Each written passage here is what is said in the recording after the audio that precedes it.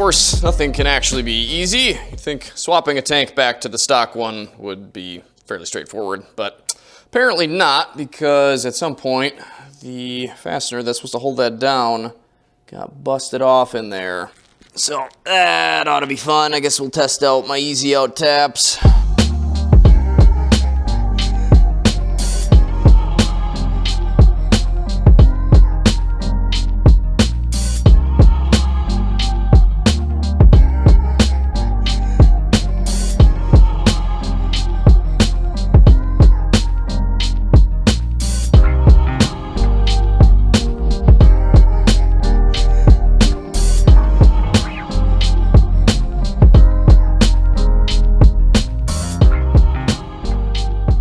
So if you guys have never seen one of these, this is an easy out, and I've just got it stuck in a little tap handle here. Basically, this is threaded in reverse, so when I stick this in here and start to twist it counterclockwise, the way that the fastener is going to want to come out, then it's actually going to drill itself deeper down into the fastener.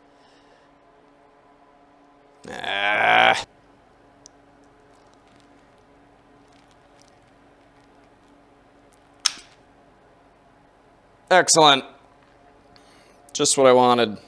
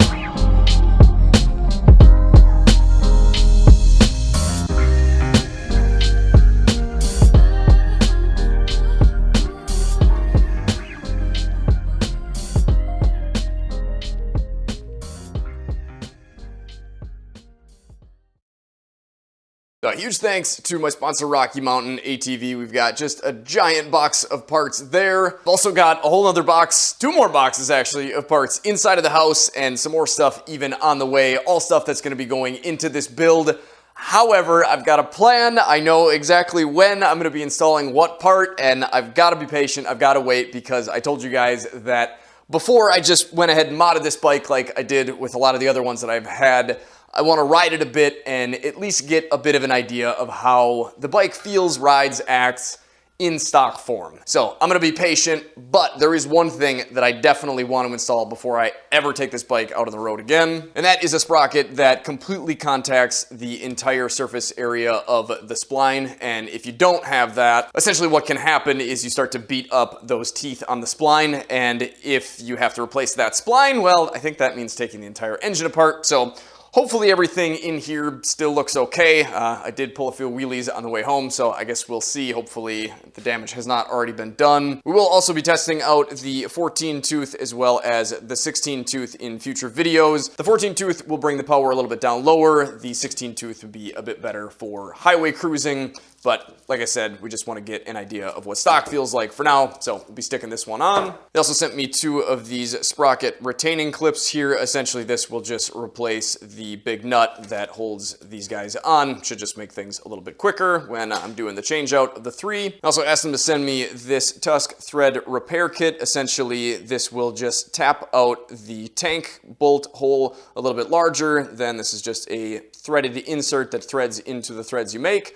And then on the inside, essentially just be able to thread the stock size fastener down in there. Of course, the drill bit just to open it up a bit before you tap it. And finally, I'm gonna stick this in the tail bag on the bike. The 24 millimeter is gonna go on the back side here. That should make chain tensioning much easier. Just always got the right tool in the back. And the 17 will of course fit the front axle. Definitely a nice thing to have in your toolkit. Of course, we will still need to pull these out if we wanted to take the tire off. I believe those are a 10 millimeter. We've got two 5 millimeter fasteners on the cover.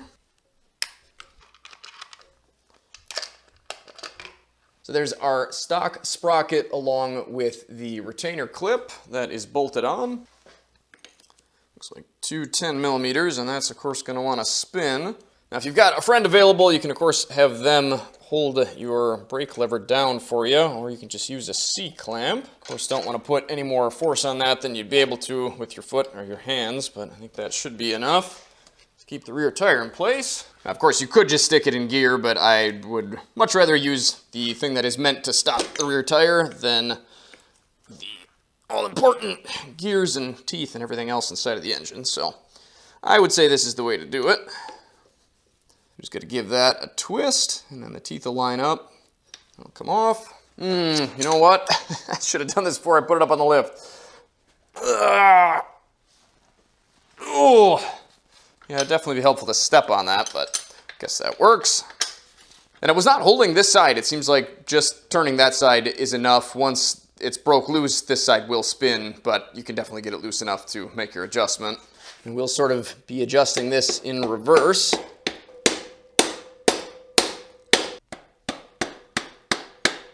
Looks like that was still not enough. I think actually what's holding me up here is the chain guide on the bottom, so I think I'm actually just going to walk this off the back. That should be a little bit easier. There we go. So things definitely look a bit rusty in there, and that is definitely not a good thing. You don't want any sort of grit or debris in there at all. This should really just be packed full of grease, which is what I'll do when I go to put it back on. The splines themselves, I would say, look pretty darn good yet. Again, a little bit dirty, so I'll definitely clean that up and stick a bit of grease down there before we put the new one on.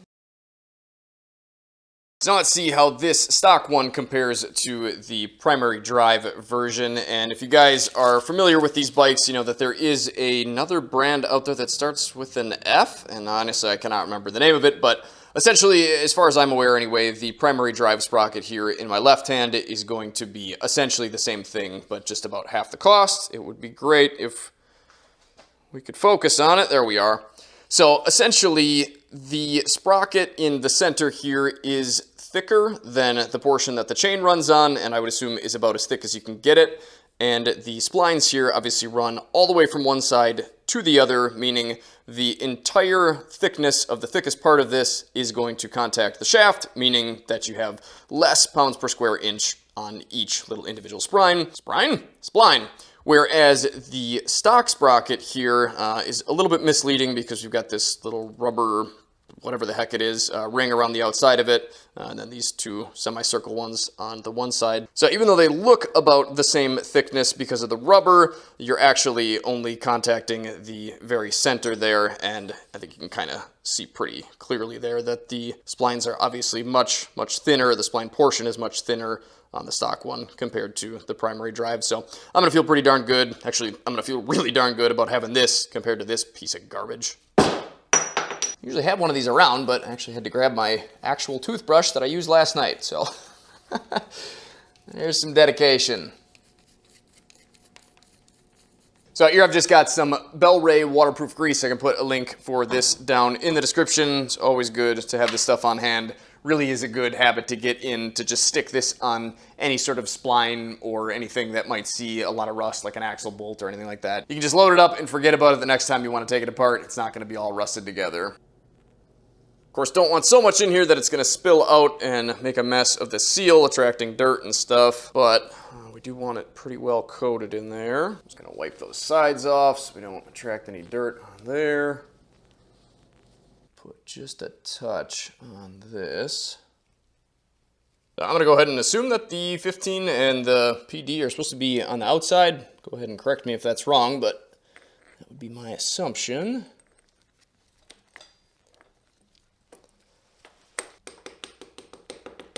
There we go.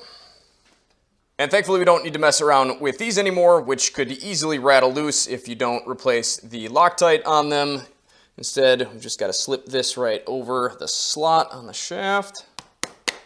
Of course, do want to make absolutely sure that it is properly seated. I've had clips come off of chains before when they're not properly in place, and that is definitely not a good thing, but I think we should be all set there.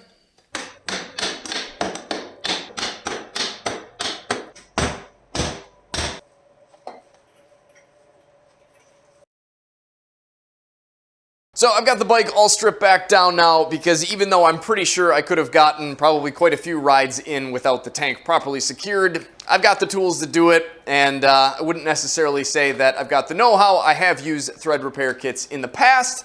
Some of them have worked better than others. I have to say though, I'm not really looking forward to drilling and tapping my frame, but well, here we are. So first thing I'll need is the drill bit. And to make sure that I don't go down into the frame too far, I'm going to set my bit on the back side of the piece that I'm going to be drilling into and wrap some electrical tape around that. Well, here goes nothing.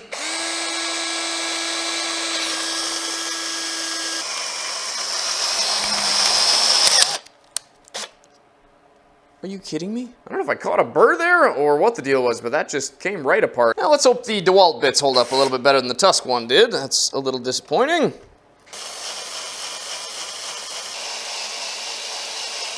So the next thing I'll want to grab here is the tap itself, and hopefully we don't have any issues with that. This would definitely not be a fun thing to try to drill out of there. Be using WD-40 as a lubricant. And a 1/4 inch wrench as a tap tool because the ones that I've got don't fit this end. I'm gonna make absolutely sure that we start off straight. It looks straight to you guys? Hopefully.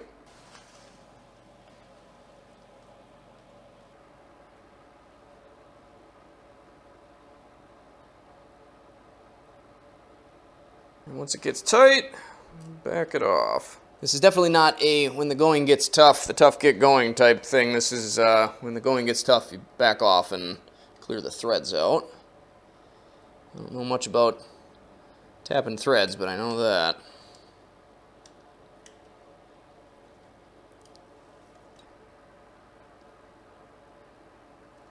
So I think I've got that tap down as far as I can possibly go. You can kind of see there's a double step in the bottom there from the DeWalt drill bit that I had to use. And then a little bit higher up from that step, we've got threads. And I think that that's enough to get one of these guys half a turn down past the top. Oh boy, no, that's going to be close, isn't it? So the little tang in the center of the new threads here is going to go towards the bottom, and we'll get caught by the little teeth here. And I'm gonna line this up and insert my new threads. And hopefully I can get this a half a turn past the top here. Uh-oh. Come on. Oh, just a little more. There's maybe flush with the top. I think that's about all the further we're going to get down. I guess we'll just have to call that good. I should be able to pull this out. Seems like something maybe got pinched in there though. There we go. So now I'm supposed to stick this back in here and turn it 90 degrees to bust that tang off, but honestly I don't know if there's anywhere for it to go in there. I think it's pretty much bottomed out. There we go, almost as good as stock.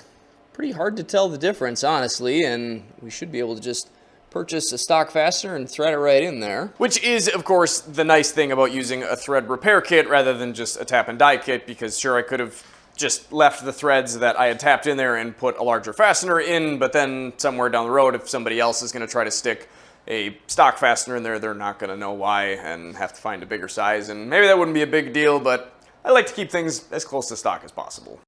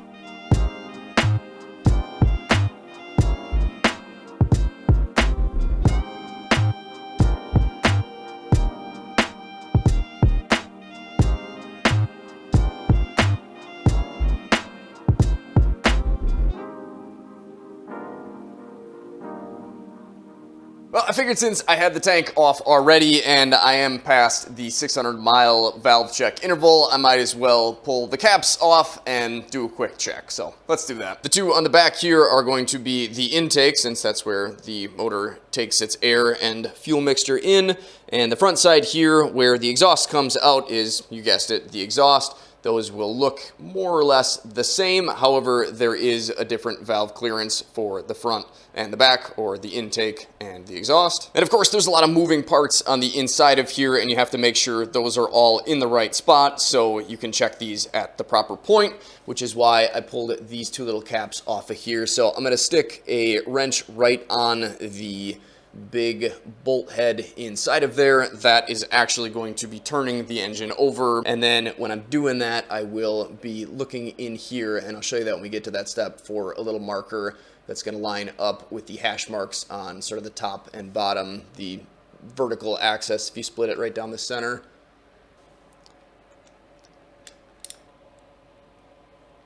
So valves are going down on the intake side and back up. Now we got to look for a T. That is one mark, but we want the T.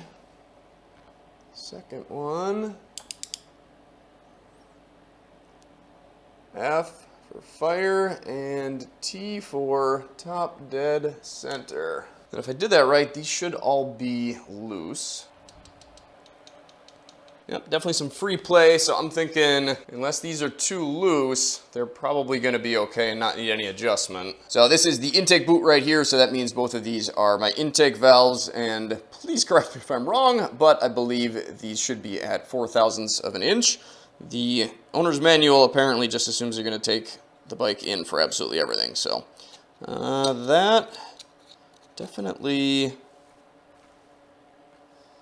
seems about like where we're supposed to be. Basically just a little tiny bit of drag. Not getting stuck, not having to jam it in there, not having to reef it out, but also just a little tiny bit of resistance. Kind of hear that. So that one's good. Let's try the opposite side now. Slip that in there. Yeah, I'm hearing a little bit of drag. I think we're good there. So now I'm going to put the 0.4 away and get the 0.5 out for the slightly looser exhaust valves. Yeah, a little bit of drag there. Seems all right to me. And the final one. Feels good to me. Let's put this thing back together and go for a ride.